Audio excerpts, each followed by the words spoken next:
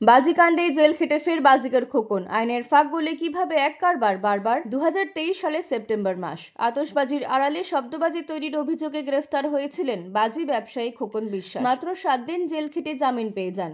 Jail থেকে বেরিয়ে আবারও মন দেন বাজি কারবারে। শুক্রবার যে অবৈধ কারবার 4 জনের প্রাণ কেড়েছে, আবার গ্রেফতার হয়েছেন কল্যাণীর খোকন। কিন্তু তথ্য বলছে খোকনের মতো এমন অনেক বাজি কারবারি রয়েছেন যারা অবৈধভাবে ব্যবসা করার অভিযোগে পাকড়াও হয়েছেন এবং কিছুদিন পর জেল থেকে বেরিয়ে আবার বাজিকর হয়েছেন। পুলিশ সূত্রের খবর, 2023 সালে জামিনে মুক্তির পরে বাজি কারখানার বহরে আরো বড় করেছিলেন খোকন। কল্যাণীর 20 নম্বর ওয়ার্ডে রত্তলা মোড়ে তার বাজি কারখানার কাজ করতেন বেশ কয়েকজন। কর্মীদের বেশিরভাগই ছিলেন মহিলা, যারা সংসার সামলে বাড়তি কিছু রোজগারের আশায় প্রাণের ঝুঁকি নিয়ে মশলা মিশিয়েছেন, বাজি বানিয়েছেন। এভাবে কাজ করতে করতেই শুক্রবার কল্যাণীর দুর্গা সাহা, বাসন্তী চৌধুরী, রুমা সোনার, অঞ্জলি বিশ্বাস প্রাণ হারিয়েছেন। কিন্তু কিভাবে একই কাণ্ডে জেল খেটে আবার অবৈধভাবে সেই ব্যবসার সাহস দেখান খোকনেরা?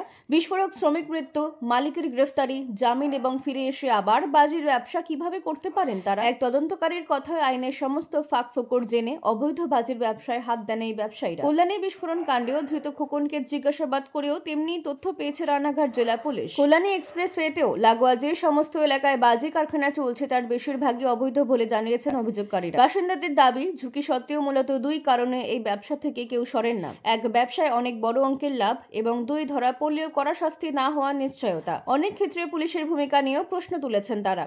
অভিযোগ, বেশিরভাগ ক্ষেত্রেই গ্রেফতারির পরে বিস্ফোরক আইনে মামলা করা হয়। আদালত পুলিশ জেল হেফাজতের দাবি জানায়, কিন্তু প্রায় সব মামলার ক্ষেত্রেই বলা হয় তেমন বিস্ফোরক উদ্ধার করা যায়নি, কিংবা সমস্ত বিস্ফোরক ফেটে গিয়েছে, নয়তো তৈরি করা বাজিতে আগুন ধরে গিয়েছে বলে নিছক দুর্ঘটনা হিসেবে আদালতে মামলা ওঠে। বেশিরভাগ ক্ষেত্রে বাজেয়াপ্ত বাজির পরিমাণ বলার মতো কিছু থাকে না।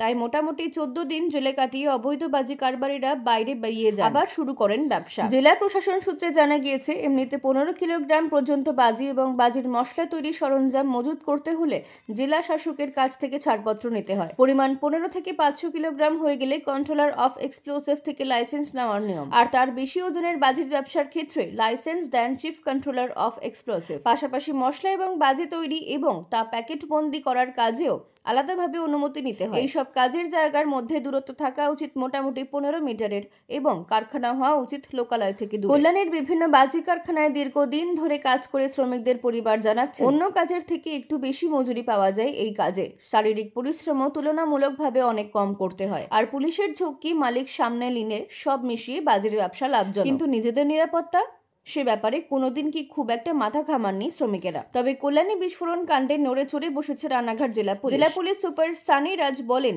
ধৃতকে হেফাজতে নিয়ে জিজ্ঞাসাবাদ করা হবে। আইনে যত কঠোর ধারা প্রয়োগের সুযোগ আছে সব কটা করা হবে। অবৈধ বাজির ব্যবসার জন্য কোনোভাবে কেউ রেয়াত করা যাবে না। এই সবের মধ্যে শনিবারই খোকনকে নিজেদের হেফাজতে নিয়ে আদালতে হাজির করাচ্ছে পুলিশ। আপনি যদি খবর দেখতে পছন্দ করেন তাহলে এই চ্যানেলটি সাবস্ক্রাইব করে রাখুন, আর মমতা ব্যানার্জির রাজনৈতিক ইতিহাস জানতে এখানে ক্লিক করুন।